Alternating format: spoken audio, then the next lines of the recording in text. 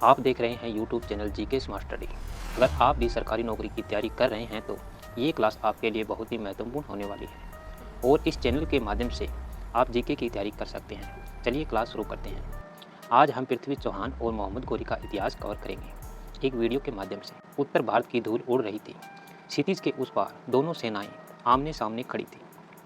एक तरफ था दिल्ली और अजमेर का गौरव, राजपूत का अभिमान पृथ्वीराज चौहान।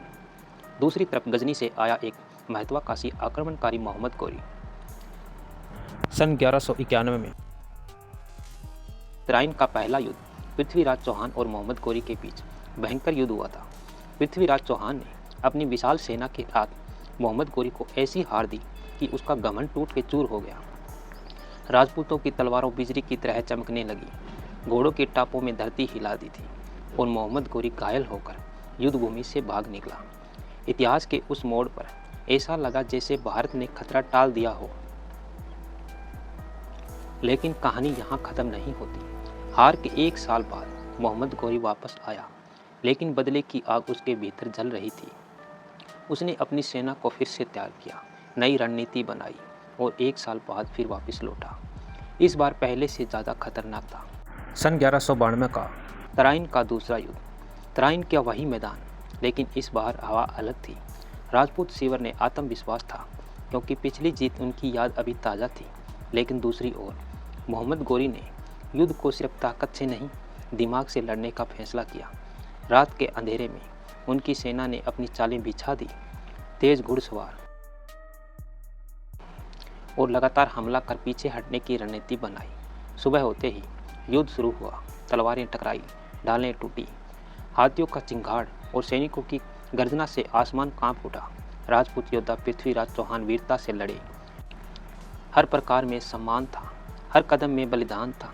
लेकिन धीरे धीरे गौरी की रणनीति असर दिखाने लगी। उनके घुड़सवार आते, तीर बरसाते और पीछे हट जाते। राजपूत सेना उनका पीछा करती और हर बार थोड़ा सा बिखर जाती, टूट जाती। यही वह जाल था जिसमें भारत की सबसे शक्तिशाली सेना फंस रही थी। दोपहर तक युद्ध भूमि से लाल हो चुकी थी। दोपहर तक युद्ध भूमि खून से लाल हो चुकी थी। धूल अब धुएं में बदल चुकी थी और फिर वह क्षण आया। पृथ्वीराज चौहान की पंक्तियां टूटने लगी। राजपूत सैनिक आखिरी सांस तक लड़ते रहे। नीति दोनों उनके खिलाफ थी। इतिहास के पन्नों में लिखा गया था कि पृथ्वी चौहान को बंदी बना लिए गए। एक राजा जो कभी मैदान का स्वामी था, जब पराजित खड़ा था, लेकिन इनकी आंखों में भय नहीं था, सिर्फ एक आग थी। उस हार के साथ सिर्फ एक युद्ध ही नहीं हारा गया, उत्तर भारत की सत्ता को संतुलन बदल गया था।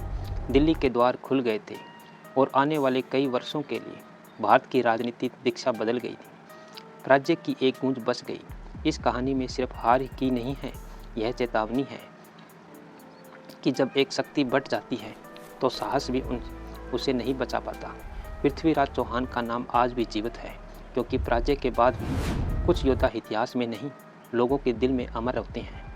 तराइन का वही मैदान आज शांत है।